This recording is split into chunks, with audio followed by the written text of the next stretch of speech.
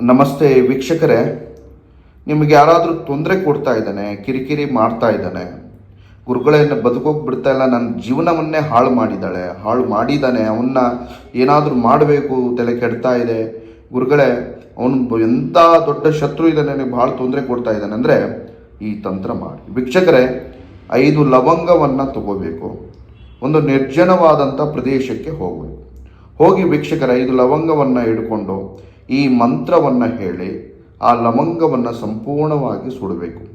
ಈ ಮಂತ್ರವನ್ನು 11 ಸಲ ಅವನ ಹೆಸರನ್ನು ಹೇಳಬೇಕು. ಓಂ ಹನುಮತೆ ಅವನ ಹೆಸರನ್ನು ಹೇಳಿ ಪಟ್ ಸ್ವಾಹ 11 ಸಲ ಹೇಳಿ ವೀಕ್ಷಕರೇ 5 ಲವಂಗವನ್ನು ಸುಡಬೇಕು.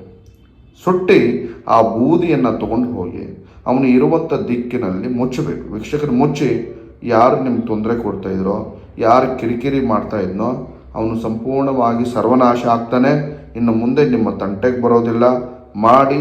ನಮಸ್ಕಾರ.